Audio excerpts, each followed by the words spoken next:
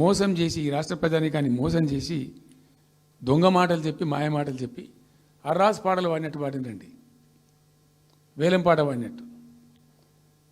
కేసీఆర్ 10,000 ఇస్తాడు రైతు బంధుకు, మేము 15,000 ఇస్తాం. మహిళలకు 2,500 ఇస్తాం. కేసీఆర్ కళ్యాణ లక్ష్మి ₹1,00,000 ఇస్తాడు, మేము తులం బంగారం కల్పిస్తాం. మీరు పెళ్లిళ్ళు చేసుకోకుండా ఆపుండ్రి. ఇదే ప్రభుత్వం మీరు చెప్పినటువంటి మాటలు పెళ్లిళ్ళు చేసుకుంటూ ఆగిపోండి. మీరు నవంబర్లో చేసుకునే బదులు డిసెంబర్లో చేసుకుంటే తులం బంగారం కూడా వస్తుంది. ఉపన్యాసాలలో చెప్పినండి, మా ఉన్నాయి ఆ క్యాసెట్లని.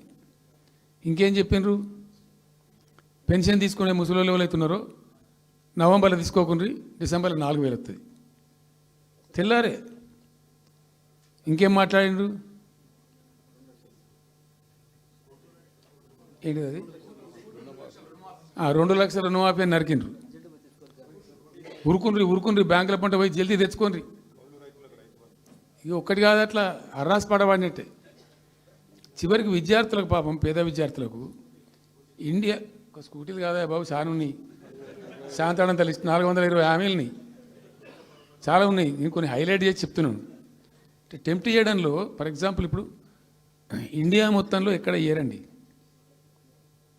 మేము మొత్తం కూడా 100% సమ్మిళితమైన అభివృద్ధితో మేము ముందుకు పోయినాం.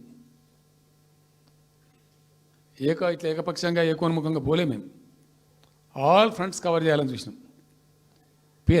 పేద పిల్లలు ఉంటారు, వాళ్ళకి పాపం విదేశీ విద్య లేక సీట్ వస్తుంది, చదువుకోవాలని ఆశపడతారు, పోలేరు. వ్యక్తిగతంగా మమ్మల్ని అడిగితే మేము పార్టీగతంగానో వ్యక్తిగతంగానో చేసేది కొంతమేరకు. పాలసీగానే ఎందుకు చేయకూడదని చెప్పి ఆలోచించి 20 లక్షల రూపాయలు ఇచ్చింది. ఎస్సీ ఎస్టీ పిల్లలు పోతే వాళ్ళకి అంబేద్కర్ పేరు అని పెట్టినాం.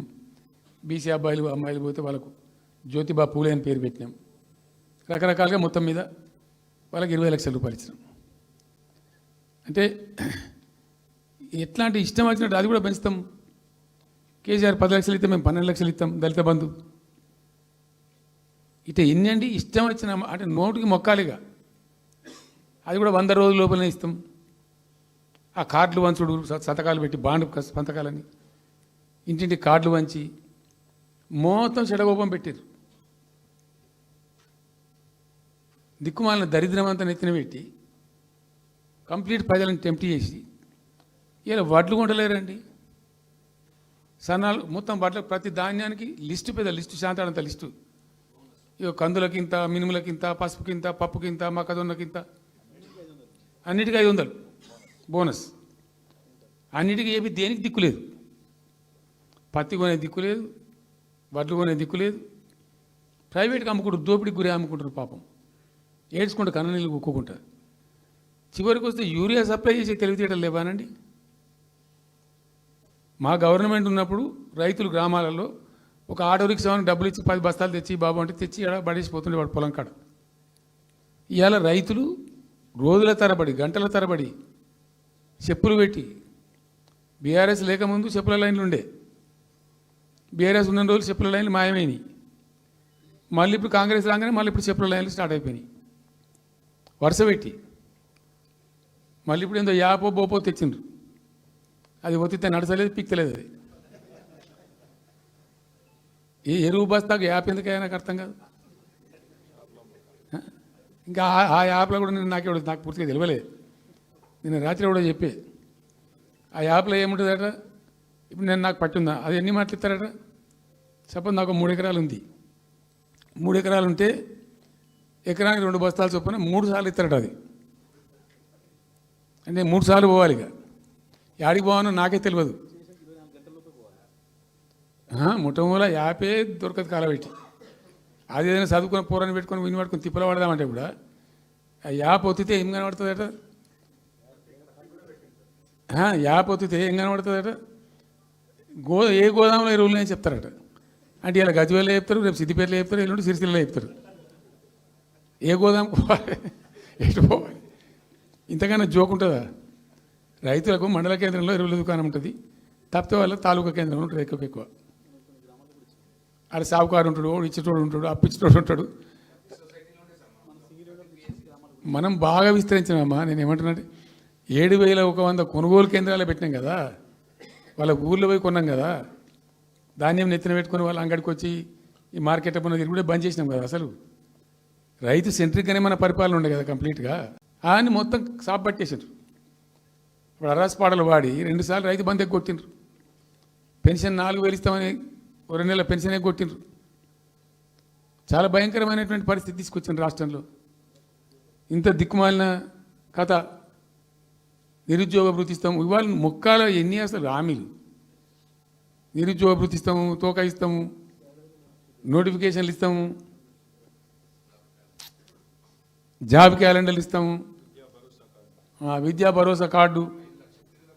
ఇక వాడు చూసేవాడు అడ్డం పడి అయితే ఓటేసారు జనం. ఇప్పుడు జరిగింది ఏంది? టెంప్ట్ అయిపోయినారు. ఏమైందంటే యాక్చువల్లీ ఫ్యాక్ట్ ఏంటంటే, ఇదే తెలంగాణ భవన్లో ఎన్నికలకు పోతున్నాం 2014. ఎన్నికల కమిటీ, హామీల కమిటీ ఒకటి ఉండే, మేనిఫెస్టో కమిటీ. అది రాస్తాను. దానిలోకి 2-3 రిటైర్డ్ ఐఏఎస్ అధికారులు కూడా ఉండేటప్పుడు ఒక సందర్భం వస్తే నేను అడిగిన, అసలు మనం పెన్షన్ ఎందుకు ఇస్తాం ప్రజలకు? Why do you give pensions at all? ఎందుకు ఇవ్వాలి అసలు? దానికి ఒక పరమార్థమో పర్పస్ ఉందా? అగాధం పట్టుకొని ఇట్లా పంచిపెట్టుడా ఏంది అసలు? మీ ఉద్దేశం ఏంటి సార్ అన్నారు. అనుకోకుండా దురదృష్టవశాత్తు కొందరు డెస్టిట్యూట్స్ అవుతారు, కొందరు ఫిజికల్ హ్యాండిక్యాప్డ్ అవుతారు. ఇలా మంచిగానే ఉన్నాం, ఏమో ఏమైనా ఒక యాక్సిడెంట్ అయితే కథం తెల్లారు మనం వికలాంగుడు అయిపోతాం, కదలలేని పరిస్థితికి వచ్చేస్తాం. రకరకాలు ఉంటాయి. వృద్ధాప్యం వస్తే పాపం వాళ్ళ పిల్లలు చూసి చూడకపోయారు, కొంతమంది పట్టించుకొని లేని వాళ్ళు ఉంటారు. అట్లాంటి వాళ్ళకు, అనాథలకు, ఆర్ఫన్స్కు, డెస్టిట్యూట్స్కు, విధివంచితులకు ఇచ్చేది పెన్షన్. అది ఎందుకు? అదొక పరమార్థం ఉండాలి. వాళ్ళు బిర్యానీ తినకున్నా, పెద్ద గందరగోళం లేకున్నా, కనీసం 2 పూటలు పప్పు పచ్చిపులిసింది అన్నం తిని వాంజాల వాడు పండుకుంటట్టు ఉండన్న ఆ మేరకు ఇవ్వండి అని చెప్పినాం. అప్పుడు ఆయన గోయల్ సాబ్ అని ఉండే ఐఏఎస్ ఆఫీసర్. ఆయన ఉప్పుకింత పప్పుకింత అని అన్ని రేట్లు లెక్కబెట్టి 670 రూపాయలు ఇస్తే సరిపోతుంది సార్ అన్నారు. నేను గావాలకు ఇచ్చేదానికి కోసి ఆయన 1,000 రూపీస్ పెట్టు, పెద్ద కథ ఎందుకు అని 1000 చేసాం. దేనికన్నా కానీ 1000 రూపీస్ చేసినాం ఫస్ట్. సెకండ్ టర్మ్ నేను ప్రకటించిన, మళ్ళీ మేము గెలిపించుకొని ఈసారి గెలిస్తే వెంటనే 2000 రూపీస్ చేస్తామని చెప్పాను. మొదలు 1000 అన్నప్పుడు అడగలే, మా అంతటా మేమే సుమోటోగా మాట్లాడి చెప్పి డే 1 గవర్నమెంట్ ఇచ్చిన ఫస్ట్ క్యాబినెట్ని డిసైడ్ చేసి 1000 రూపీస్ పెట్టాం. 200 to 1000, 1000 to 2000 also first మంత్ని. Second టర్మ్లో మా గవర్నమెంట్ వస్తే ఫస్ట్ మంతే, ఏ మంత్లో గవర్నమెంట్ వచ్చినా అదే మంత్లో 2000 రూపీస్ చేసినాం, జనానికి అందించినాం. జనం కూడా ఏమనుకున్నారు, కేసీఆర్ 2 అన్నప్పుడు 4 అన్నట్టుగా ఇస్తాడు కావచ్చు. టెంప్ట్ అవుతారు పాపం, సహజంగా పేదవాళ్ళు కదా, లేని వాళ్ళు కాబట్టి. మనది కాదు సబ్జెక్ట్, అది కాదు కదా. ఈయన 2 ఇచ్చిండు కదా, 200 2000 చేసిండు, ఈడు తప్ప 4000 చేస్తాడేమో అనే ఆశలో మా కోటేసే ఉద్దేశం ఉన్న ప్రజలు కూడా ఈ మాయల పడి పాపం టెంప్ట్ అయిపోయి గోల్మాల అయిపోయి ఓట్లు వేసినారు. ఇలా తలలు బాదుకుంటున్నారు, తిడుతున్నారు, భయంకరమైన తిడుతున్నారు. నిన్న నేను హైదరాబాద్ వస్తున్నాను, నిన్న నేను ఫామ్ నుంచి బయలుదేరి వస్తుంటే ఒక 10 చోట్ల ప్రామిస్ చెప్తున్నాను. 10 ప్లేసెస్లో పక్క పండు వచ్చుకో, కానీ కార్లో కూర్చున్నాడు, 2 స్టీరింగ్ ఇచ్చిపెట్టి 2 చేతులు మీదకి పెట్టిండు. బాస్ మళ్ళీ మనం జల్దీ రావాలి, మనమే వస్తున్నాము, నెక్స్ట్ మనమే అని దుంకుతున్నాడు. ఆ మోటార్ బైక్స్ వేసేవాళ్ళు వాడు పక్కన పక్కన వచ్చి వాడు వచ్చి నెక్స్ట్ మనమే సార్ వచ్చేతను అంటూ పోతుండ్రు. హైదరాబాద్ సిటీలో అనేక ప్లేసెస్లో కనీసం ఒక 10-12 ప్లేసెస్లో అట్లా చెప్తున్నారు జనం. అది దేనికి సంకేతం? మీ మీద ప్రజలు విశ్వాసం కోల్పోతున్నారు రోజు రోజుకు, మీ చర్యల వల్ల, మీ పిచ్చి పనుల వల్ల. ఇంకోటి ఏంది, మీరు చేసే చర్యలు ఎట్లున్నాయి? మొత్తం రియల్ ఎస్టేట్ బ్రోకర్ దందానేనా? ఫార్మాసిటీ ఎందుకు వచ్చిందండి? ఫార్మాసిటీ మా ప్రభుత్వం ఎందుకు వచ్చింది pharma city? Why did we bring pharma city at all? అనుకోకుండా కొన్ని ప్రాంతాలకు, కొన్ని రాష్ట్రాలకు కొన్ని సందర్భాలు కలిసి వస్తాయి. భారత ప్రభుత్వం ఆనాడు ఉన్నటువంటి నెహ్రూ గారి ప్రభుత్వంలో ఈ ఫిలక వ్యాధి, కలరా వ్యాధి వ్యాపించి ప్రజలు ఇబ్బడి ముబ్బడిగా చచ్చిపోయేది. ఎట్లా అంటే దీనికి ప్రాపర్ మెడికేర్ లేదు, ఎక్కడికక్కడ లోకలైజ్డ్ ప్రొడక్షన్స్ ఉండాలని చెప్పి ఐడిపిఎల్స్ అని పెట్టిండ్రు. కొన్ని కీలక రాష్ట్రాలలో పెట్టిండ్రు. అందులో మన అదృష్టంకు ఆ టైంలో హైదరాబాద్ కూడా ఐడిపిఎల్ వచ్చింది. ఐడిపిఎల్ యొక్క పుణ్యమా అని దాంట్లో నుంచి కొంతమంది నేర్చుకొని బయటకు వచ్చి, డాక్టర్ అంజిరెడ్డి కూడా ఐడిపిఎల్ ఎంప్లాయ్, బయటకు వచ్చి వాళ్ళు స్వయంగా పెట్టి చాలా విస్తరించారు. చాలా అంటే చాలా విస్తరించారు. ఆయన దగ్గర అంజిరెడ్డి దగ్గర పనిచేసిన కూడా బయటకు వచ్చి వాళ్ళు పెట్టుకొని వాళ్ళు విస్తరించారు. ఇట్లా ఏమైపోయింది, Hyderabad has become a medical hub, pharma hub. ఒక ఆయన వచ్చి నాకు డబ్బులు బాగున్నాయి కాబట్టి నేను 10,000 కోట్లు పెట్టి పరిశ్రమ పెడతాను నడవది, ఎడబడతా అంటే పెడతా అంటే దానికి ఎక్కువ కావాలి. అంటే ఆ ఎంప్లాయీస్, ఆ టెక్నీషియన్స్, ఆ కథా కార్ఖానా ఎక్కడైతే ఉంటుందో అక్కడ సక్సెస్ అవుతుంది. అట్లా ఏమైంది, ఫార్మా యొక్క ఎక్కువ బిల్డ్ అయింది హైదరాబాద్లో. ఫార్మా యొక్క ఎక్కువ బిల్డ్ అయిన ద్వారా చాలా ఇబ్బడి ముగ్గుడిగా కంపెనీలు వచ్చినాయి ఇక్కడ.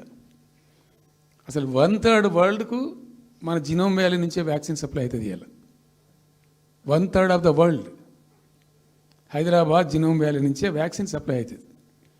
అట్లా ఎప్పుడో ఉన్న బయాలజికల్ ఈవెంట్స్ ఆ రాజుగారు స్థాపించారు ఆ కాలం 104 సంవత్సరాల క్రితం నిజాం పీరియడ్లో. అట్లాంటి కంపెనీలు వస్తూ వస్తూ వస్తూ వస్తూ వస్తూ Hyderabad has become a best destination for pharma. అయితే ఏమవుతుంది, ఆ రసాయనిక వ్యర్థాలు ఏవైతే ఉంటాయో అవి కొద్ది కారకాలు ఉంటాయి, ఇబ్బందులు కలిగిస్తాయి. మన హుస్సేన్ సాగరే కాలుష్యమయమైపోయి గబ్బు వాసన వచ్చే పరిస్థితి ఉండేది, మనం అందరం కూడా చూసినాం. సో దీని నుంచి హైదరాబాద్ బయటపడాలి. ఫార్మా వదులుకుందామా, వదులుకోవద్దు. మరి ఏం చేయాలా, ఒక 4 టీములు తింపిందండి నేను ప్రపంచవ్యాప్తంగా. ఐఏఎస్ అధికారుల బృందాలు, శాంతికుమార్ గారు అని చెప్పి ఆమె చీఫ్ సెక్రటరీ కూడా రిటైర్ అయింది. ఆమె అప్పుడు హెల్త్ సెక్రటరీగా ఉండే కొంతకాలం. ఆమె నాయకత్వంలో పంపించాం, చాలా దేశాలకు పంపినాం. మరి తిరిగి రండి. ఇప్పుడు ఏమైంది, మందులు లేని ప్రపంచాన్ని ఊహించలేం, మందులు కావాల్సిందే. మందులు తయారు చేసే సందర్భంలో తప్పకుండా కొంత వేస్టేజ్ ఉంటుంది. ఆ వేస్టేజ్ని ఎట్లా మేనేజ్ చేయాలి అని దానికి తెలివి కావాలి. సింపుల్ ఎగ్జాంపుల్ చెప్పండి, మన ఇంట్లో కిచెన్లో కూడా డైలీ వేస్ట్ ఉంటుంది, కానీ చాలా నీట్గా పెట్టుకుంటాం మనం దాన్ని. ఆ వేస్ట్ని డిస్పోజ్ చేస్తాం, కిచెన్లోనే ఉంచితే చచ్చిపోతాం కాబట్టి ఆ భయానికి క్లీన్ పెట్టుకుంటాం, మన ఓన్ కిచెన్ కాబట్టి. ఎగ్జాక్ట్లీ ఎట్లయితే కిచెన్ క్లీన్ పెడతారో వాటిని కూడా క్లీన్ పెట్టాలి. అయితే ఒక ఫార్మా కంపెనీ ముందు నుంచి మనం పోతున్నాం అనుకోండి, మన దగ్గర అయితే వాసన వస్తుంది, మనకు తెలుస్తుంది ఇదేదో మెడిసిన్ తయారు చేసే కంపెనీ అని. వేరే దేశాలలో అట్లా లేదు, యూరోప్లో లేదు, యూఎస్లో లేదు, చాలా దేశాల్లో లేదు, చైనాలో లేదు. అసలు గొట్టం నుంచి పొగరాదు. సో మనం మాత్రం టెక్నాలజీ మనం పెట్టుకోలేమా, పెద్ద ఇష్యూ అని చెప్పి ఐఏఎస్ అధికారుల బృందాలను తింపిన నేను అనేక దేశాలకు తింపి పంపించి, హైదరాబాద్లో ఫార్మా ఉంది కాబట్టి హైదరాబాద్ యొక్క లార్జర్ ఇంట్రెస్ట్లో ఫ్యూచర్ దృష్ట్యా ఫార్మాను కాపాడుకోవాలి, ఆ ఎక్కువ పోనీయద్దు, ప్లస్ ఈ కాలుష్య భారం నుంచి ప్రజలను రక్షించుకోవాలి. ఎట్లా అంటే జెడ్ఎల్బి అని వచ్చింది, జీరో లిక్విడ్ బేస్ అని. ఆ డిశ్చార్జ్ ఏదైతుందో దాన్ని మొత్తం జీరో లిక్విడ్ చేస్తారు, ఇంకా కాలుష్యం కాదు, ఏం చెడిపోదు, వాళ్ళకి ఇబ్బంది ఉండదు. అది ఇంటర్నేషనల్ లెవెల్లో సక్సెస్ఫుల్గా ఉంది, సక్సెస్ఫుల్గా జరుగుతుంది. ఇప్పుడు అమెరికాలో ఉన్నాయి చాలా కంపెనీలు, యూరోప్లో ఉన్నాయి, ఇంకా చాలా చోట్ల ఉన్నాయి. అవసరం, ప్రతి దేశానికి అవసరమే. అయితే మనం ఆ సిస్టమ్ పెట్టుకోవచ్చు కదా అని చెప్పి ఒక ఫార్మా యూనివర్సిటీ కూడా పెడదాం దానిలో అని చెప్పి ఫార్మా ఇండస్ట్రీ తెచ్చినాం.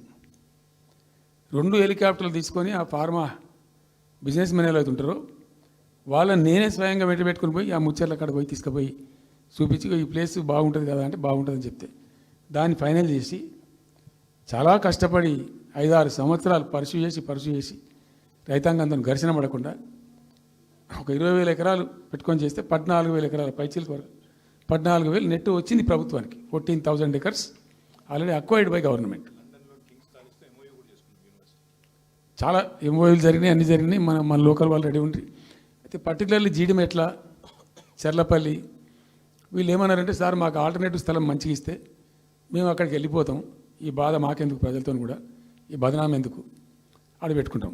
పెట్టి కామన్ అఫ్లియంట్ ప్లాంట్స్ పెట్టి ఒక ఐఏఎస్ అధికారిని పెట్టి దాన్ని ప్రభుత్వ నిఘాలోనే ఈ రసాయనాలు వ్యర్థాలను ఇష్టం వచ్చినట్టు ఎటుపడినట్టు పంపకుండా ఆ నియంత్రణలో జరగాలని చెప్పి పెట్టుకున్నది ఫార్మాసిటీ. దానికి ఎన్వైరాన్మెంటల్ క్లియరెన్స్ కూడా వచ్చింది. కేంద్ర ప్రభుత్వాన్ని ఒప్పించి ఎన్వైరాన్మెంటల్ క్లియరెన్స్ తెచ్చినాం. హైదరాబాద్ మొత్తం ఫార్మాను ఒకటే దగ్గర తీసుకుపోయి పెట్టాలి, అక్కడ ఫార్మా సిటీ కట్టాలి, అక్కడ పనిచేసే ఎంప్లాయీస్ కూడా పొద్దాకి ఇటు అటు తిరిగేటువంటి అవసరం లేకుండా మంచిగా బ్రహ్మాండమైన సిటీ రావాలి, ఆ వచ్చే సిటీకి కావాల్సినటువంటి ఆల్ ఇన్ఫ్రాస్ట్రక్చర్ రావాలి అని చైనాలో నేను చైనా పోయినప్పుడు చూసినట్టు అది 70,000 ఎకరాలు వాళ్ళది, చాలా హ్యూజ్ ఫ్యాక్ట్. మనకి ఒక 20,000 ఎకర్స్ అయితే మస్తు అవుతుందని చెప్పి మేము తీసుకొని చేసినాం. మెడికల్ కాలేజ్ కూడా మంజూరు చేసినాం ఆ పక్కనే, వీటన్నిటి దృష్ట్యా పెట్టుకొని. అంటే మేము ఒక పద్ధతి పెట్టుకొని దాన్ని ఒక సిస్టమేటిక్గా చేసినాం. చేస్తే ఇప్పుడు దాన్ని ఏందండి దందా, ఏదైనా చేసి దాన్ని నమ్మకదొబ్బన్న. ఏం జరుగుతుంది రాష్ట్రంలో? ఫ్యూచర్ సిటీ, తొక్క సిటీ, ఎవరికి కావాలి నీ ఫ్యూచర్ సిటీ? నాకు అర్థం కాదు. నువ్వు పెంచినావు హైదరాబాద్ను, ఎవరు చేసిన హైదరాబాద్ సిటీ? ఇంత వైబ్రాంట్ సిటీ ఎక్కడికి వచ్చింది? ఓ 400 సంవత్సరాల చరిత్రతోని దీనికంతా ఒకటి ఒకటి ఒకటి ఒకటి బ్రోది జరిగి ఆటోమేటిక్గా పెద్ద సిటీ అయింది. అట్లా అన్నీ కావు, అందరికి కావు. ఎన్ని రాష్ట్రాలకు ఉన్నాయండి? బెంగాల్ కలకత్తా ఉంది, మహారాష్ట్రకి ముంబై ఉంది, మనకు హైదరాబాద్ ఉంది, కర్ణాటకకు బెంగళూరు ఉంది, తమిళనాడుకు మద్రాసు ఉంది, ఢిల్లీ కోర్స్ ఢిల్లీ. వేరే రాష్ట్రాలకు లేవు కదా, 28 రాష్ట్రాలకు ఉండయి. సో ఇంత మహానగరం నిర్మితమైంది. ఈ నగరం యొక్క భవిష్యత్తును దృష్టిలో పెట్టుకొని పెట్టిందే ఫార్మాసిటీ. ఈ సిటీ మొత్తం గబ్బులు వేసిపోవాలి ఇక్కడ దాంతో, నువ్వు తీసుకుపోయాలి ఫ్యూచర్ సిటీ, తోక సిటీ. ఏందన్నట్టు ఇది? అన్ని దిక్కుమాలిన పాలసీలు, రియల్ ఎస్టేట్ బ్రోకర్ దందా తప్పిది ఇంకోటి లేదు. అన్నీ కనబడతాయి మనకు. మీరు పరిశీలనగా చూస్తే, పూర్తిగా చూస్తే అసలు చాలా గందరగోళం. గురుకుల పాఠశాల విద్యార్థులు చచ్చిపోతారండి. ఇప్పటికి 120 మంది విద్యార్థులు చచ్చిపోయారు. గంత నియంత్రణ లేదా? గంత తెలివి లేదా? ఒక గట్టి అధికారిని పెట్టి గట్టి చర్య తీసుకోరాదా? ఏందో చేస్తాము నీ ఫ్యూచర్ సిటీ, తోక సిటీ, ఈ పోరగాళ్ళని చేస్తారు. తర్వాత ఫార్మా సిటీలో ఆ ల్యాండ్ అక్వైర్ చేసినప్పుడు కండిషన్ ఏంటంటే ఓన్లీ ఫార్మా సిటీకి మాత్రమే వాడతాము. It's a conditional land acquisition. హైకోర్టులో కేసు ఉంది. హైకోర్టులో ఈ ప్రభుత్వం ఏం చెప్తుంది? లేలే ఫార్మాసిటీ ఉంటుంది. మళ్ళీ ఆడ 3,000 ఎకరాల్లో వాడేవాడు అంబాయినా, సల్మాన్ ఖానా, ఎవడో వంతారను బొంతారను పెడతారు. ఈ జూ పార్క్ కొంచెం ఆడబెడతారట. ఎందుకు? జూ పార్క్ అమ్మకదొప్పడానిక? ఏం జరుగుతుంది ఈ రాష్ట్రంలో అసలు? మేము ఇటువంటి చిల్లర పనులు చేయలేదే మేము ఉన్నప్పుడు, ఇంత దుర్మార్గమైన కార్యక్రమాలు చేయలేదే. ఇది ఎక్కడ దిక్కుమాలిన దందా? ఏం జరుగుతుంది అసలు? ఏం చేయదలుచుకున్నారు ఈ రాష్ట్రాన్ని? ఇదేం పోతున్నా? సో ఇట్లా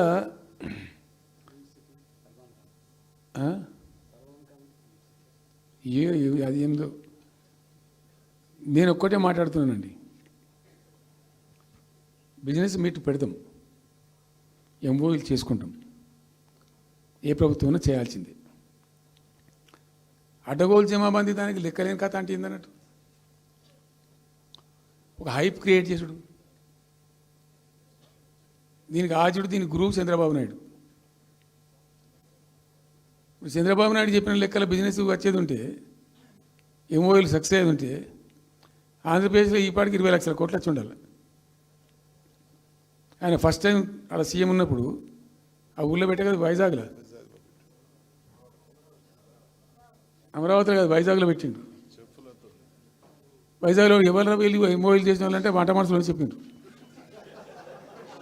ఆ స్టార్ హోటల్లో ఉండే బయట వంట మనుషులు, వాడు ఎవడ సప్లై చేసేటోళ్ళు, వాడు వచ్చి కూర్చోపోయి సంతకం పెట్టే పెట్టిండు వాడు పాపం. అవునా అంటే పాపులర్ అయింది అది. ఇప్పుడు మరి ఎక్కడ ఆ పెట్టుబడి ఎక్కడ చెప్పండి? ఆఖరికి 10,000 కోట్లు అన్న రావాలి. 15 లక్షల కోట్లు, 6 లక్షల కోట్లు, 8 లక్షల కోట్లు.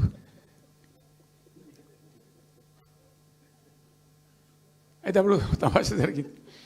ఈ భోపాల ముఖ్యమంత్రి అప్పుడు నేను ముఖ్యమంత్రి ఉంటే భోపాల్ ఉన్న ఆయన పేరు శివరాజ్ సింగ్ చౌహాన్, ఆయన సీఎం ఉండే.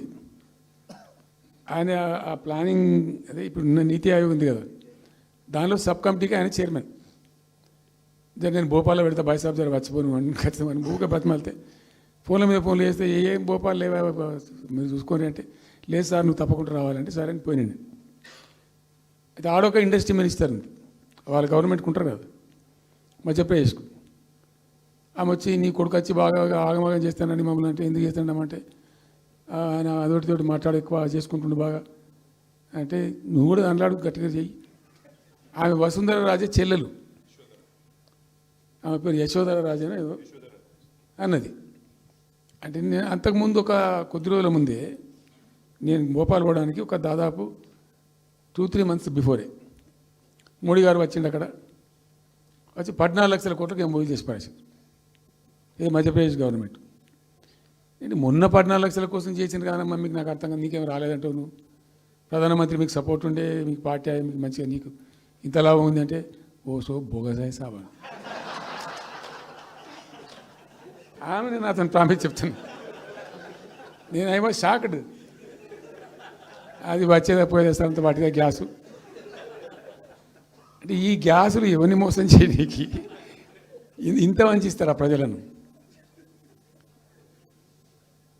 నికరంగా వస్తే పెట్టుబడులు రావాలి కదా, కనబడతాయి కదా. ఆ పెట్టుబడులు వస్తే లాభాలు జరుగుతాయి, ఉద్యోగాలు వస్తాయి, ఫ్యాక్టరీలు వస్తాయి, అడిషనల్ ఇన్కమ్ జనరేట్ అవుతుంది, స్టేట్ గవర్నమెంట్కి జిఎస్టీ పెరుగుతుంది. ఏం లేదు, వాటిదే గ్యాస్. మొన్న వీలైతే చెప్పి 5 లక్షల నువ్వు కొంచెం తగ్గించి చెప్తున్నావు. నేను పేపర్లో చూసింది 575.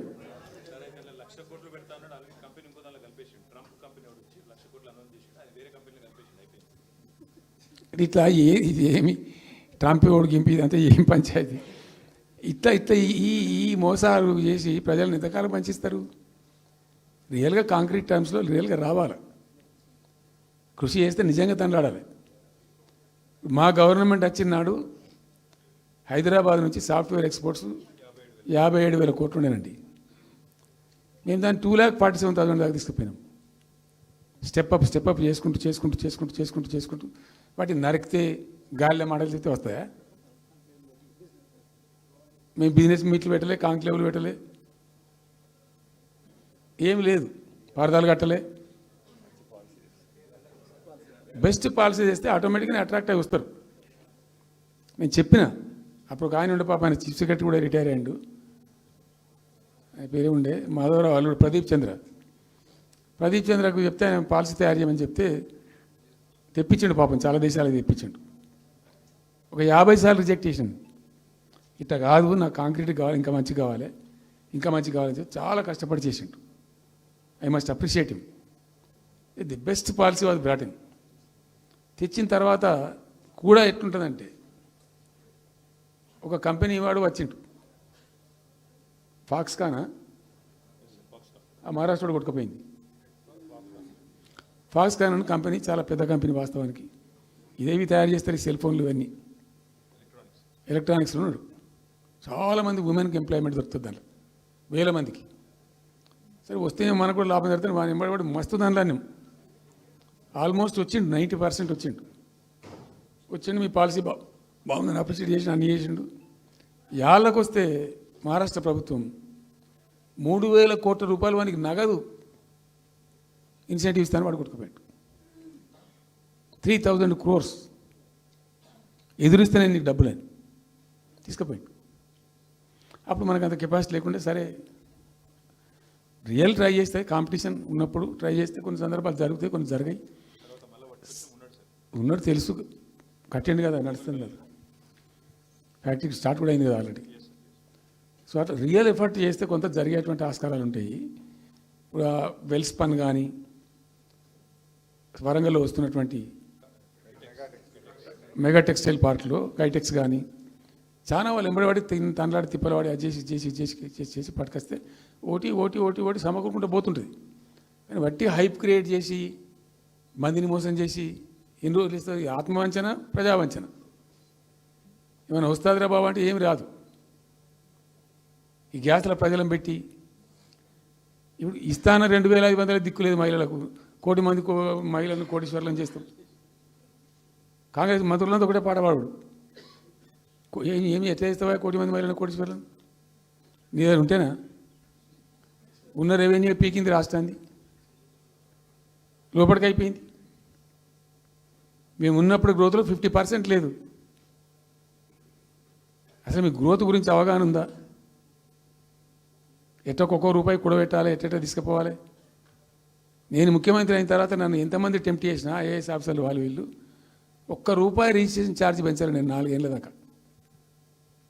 Not even single rupee. ఉల్టా నేను వాళ్ళని పిలిచి మీకు ఏం కావాలి, రియల్ ఎస్టేట్ బాగా మంచిగా చేసుకుపోవాలి, హై క్లాస్ రావాలి అంటే ఎట్లా? హైదరాబాద్లో కూడా స్కై లైన్ రావాలని చెప్పి 3 ఏళ్ళు తిప్పలవాడనండి నేను, 3 years. ఎందుకంటే స్కై లైన్ రావాలని మట్టి నోటి మాట అంటే రాదు, దానికి కూడా ఎక్కువ కావాలి. ఆ 50 అంతస్తులు 60 అంతస్తులు మీదకి పోయి కట్టేటువంటి ఆ క్రేన్ ఆపరేటర్లు, క్రేన్ డ్రైవర్లు, దానికి సంబంధించిన సరంజామా అంత ఉంటుంది. ఆ ఎక్కువ వస్తే ఆ స్కై రైజ్ వస్తుంది. ఆ ఎక్కువ తేవడానికి చాలా కష్టపడాల్సి వచ్చింది. ఇప్పుడు ఈ రాజభవన్ పక్కనే గేట్ పక్కన ఒకటి ఉంటుంది చూడండి, కాదు ఒక టవర్ ఉంటుంది ఒకటి. నేను అప్పుడు నేను పోతుంటే ఈ పునాది తీసిండు, మంచి స్పాట్ ఇది, వాటర్ ఫ్రంట్ ఉంటుంది హుసేన్ సాగర్. అతను చెప్పుండే మనం స్కై లైన్లో భాగంగా ఇద్దాము, 50 అంతస్తులకు ఇద్దామని చెప్పి ఆగమంటే ఆయన ఎవరో రాజుగారు ఆగలే, ఆయన గతకే కట్టుకోండి పాపం. It took me 3 years to bring sky line to Hyderabad. మేము ఒక పద్ధతికి పోయినాం, సిస్టమ్ చేసినాం, ఓపికతోని చాలా సిన్సియర్గా మంచి పద్ధతితోని వాళ్ళతో డిస్కస్ చేసుకుంటూ మాట్లాడుకుంటూ ఒక క్రమ పద్ధతిలో పోయినాం. గట్టుంటుంది పద్ధతి. కానీ 4 ఫీజు తీసినాం, 10% ఏదో ఫీజు ఉండే. తర్వాత ఆర్డీఓ ఆఫీస్కి పోవాలి సార్, ఈ ఫీజు ఏమో కానీ ఆ ఫీజు ఎక్కువ అవుతుందని వాళ్ళు చెప్పిండ్రు. అది తీసేవతల పడేసినాం. అది తీసేసినాం, ఆర్డీఓ దగ్గర పోయే అవసరం లేకుండా కూడా చేసినాం.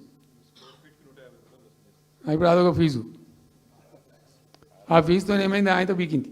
హైదరాబాద్ రియల్ ఎస్టేట్ గంగల కలిసింది. మేమేమో ఆనాడు నిజంగా చెప్తున్నా, చాలా సంతోషంగా చెప్తున్నాను నేను, భూముల ధరలు పెంచినాం తెలంగాణలో, ప్రజా ఆస్తులు పెంచినాం, ప్రజా ఆస్తుల యొక్క విలువ పెంచినాం. 4 ఎకరాల నోడు ధీమాతో ఉండే తెలంగాణలో. కొద్దిగా డాంబర్ రోడ్డు కంటుకునే 4 ఎకరాల నోడు 50 లక్షల కాడికి అమ్మితే నాకు 2 కోట్ల శ్రీమంతుని అని చెప్పుకున్నాడు కాలర్ ఎగరేసుకొని. ఇవాళ ఏమైనాయండి భూముల ధరలు? కుప్ప ఊలిపోయినాయి. ఇంట్లో అమ్మాయి పెయింట్ ఉంటే ఒక ఎకరం అమ్మి చేద్దాం అనుకుంటే కొనే దిక్కులేదు సార్ అని కళ్ళకు నీళ్ళు పెట్టుకుంటారు ప్రజలు. ఇవాళ లేదు, ఒక ఎకరా కూడా అమ్ముడుపోతలేదు, ఇప్పుడు కొంటలేడు. దిక్కు లేకుండా అమ్ముకుంటే ఇష్టం వచ్చిన అడ్డమైన ధరలకు అమ్ముకోవాలి. సో ఈ అరాకిరి మాటలు చెప్పి అడ్డమైన హామీలన్నీ ఇచ్చి నీకు చేసాదగాక కేవలం రాజకీయ అధికారమే మా లక్ష్యం అనే పద్ధతిలో ఇచ్చి ఇలా ప్రజలను వంచి అటు రైతాంగాన్ని నడిపిస్తున్నారు, పేద ప్రజలు నడిపిస్తున్నారు, పేద విద్యార్థులు నడిపిస్తున్నారు, రిటైర్డ్ ఎంప్లాయీస్ నడిపిస్తున్నారు. పచ్చి అబద్ధాలు. కేసీఆర్ చేసిన అప్పులకు వడ్డీలు కట్టలేకపోతున్నావా? కావు ఉతికింది కదా, ఈ చెంప ఆ చెంప వాయించింది కదా. ఎంత కడుతున్నారు? తీసుకున్న అప్పులు ఏంటంటే 2,90,000 కోట్లు మొత్తం కలిపి చెప్పారు కదా చాలా స్పష్టంగా. సో ఇట్లా ఇవన్నీ వాస్తవాలు ఒక పక్కకుంటే అన్ని అబద్ధాలు చెప్పుకుంటూ ఇష్టం వచ్చినట్టు మాట్లాడుకుంటూ ఇక నన్ను తిట్టడానికైతే వాళ్ళ నోరు మొక్కాలిగా. ఎప్పుడో సందర్భంలో కోపం వచ్చి ఒకటి తిట్టినామంటే ఓ మనిషిని మాట వేరు. పొద్దా కాదే కదా తన కేసీఆర్ చచ్చిపోవాలి మాట్లాడినప్పుడల్లా. ఎక్కడైనా మాట్లాడు, ఏ సందర్భంలో మాట్లాడు, కాలేజీలో మాట్లాడు, లేకపోతే ఇంకొకడ మాట్లాడు, స్కూల్ పిల్లల కాడ మాట్లాడు. గింత అక్కసు ఉంటుంది మనుషులకు. అది కరెక్ట్ అవుతుందా? సో ఇష్టం వచ్చిన పద్ధతులు, మాటలు, ఇష్టం వచ్చిన దుర్మార్గ ప్రచారాలు, అన్ని పచ్చి అబద్ధాలు నోరు తెరిస్తే. రియాలిటీ వేరుంది, జరుగుతున్నది వేరున్నది, అన్ని రికార్డ్ అవుతున్నాయి, ప్రజలలో అన్ని గమనిస్తున్నారు. సో కాబట్టి ఏదేమైనప్పటికీ పాలమూరు రంగారెడ్డి ఎత్తిపోతల పథకం విషయంలో ఎట్టి పరిస్థితుల్లో రాజీ పడం. ఈ ప్రభుత్వాన్ని నిద్రపోనీయం, కేంద్ర ప్రభుత్వాన్ని కూడా నిద్రపోనీయం. మా హక్కుల పరిరక్షణకు ఒక డ్రాప్ తక్కువైనా కూడా at any cost it whatever cost. TRS పుట్టిందే తెలంగాణ ప్రజల కోసం. తెలంగాణ ప్రజలకు ఒక నొక్కు పడుతుంటే మౌనం పాటించలేం. మీరు ఏం ఊరుకో ఏం చేసుకో. నాకు ఇన్ఫర్మేషన్ వచ్చింది, మీటింగ్ జరుగుతుంటే మరి 4 గంటలకు అయిపోవాలి లెక్క ప్రకారం. It was extended. 5 గంటలకే ఉత్తమ్ కుమార్ రెడ్డి ప్రెస్ మీట్ పెట్టిండు. మీకు కూడా వచ్చి ఉంటుంది ఇన్విటేషన్. ఎందుకు కేసీఆర్ కాగానే మనం ఇంకొక వరుస మళ్ళీ మురగాలి. చిట్ చాటు అది కూడా ఎందుకు మొరగడానికి? ఆ మొరుగుడుకు వాల్యూ ఉంటుంది. So thank you so much. ఈరోజు నేను ఏమంటున్నాను, మీతో ఒక request, Rahul don't be hasty. ఇవాళ I'm only restrict my self to Palamuru ఎత్తిపోతల పథకం. అది డైల్యూట్ అవుతుంది కాబట్టి ఇలా చెప్పాను. నేను ఉంటున్నా, మీకు అందుబాటులో ఉంటుందిగా. I'm on the field now. కాబట్టి మీకు please here me. You have to excuse me today. దానికే నేను రిస్ట్రిక్ట్ అవుతాను. ఇలా any question 100 questions you put me, I will give you answer tomorrow or day after, any time. Thank you.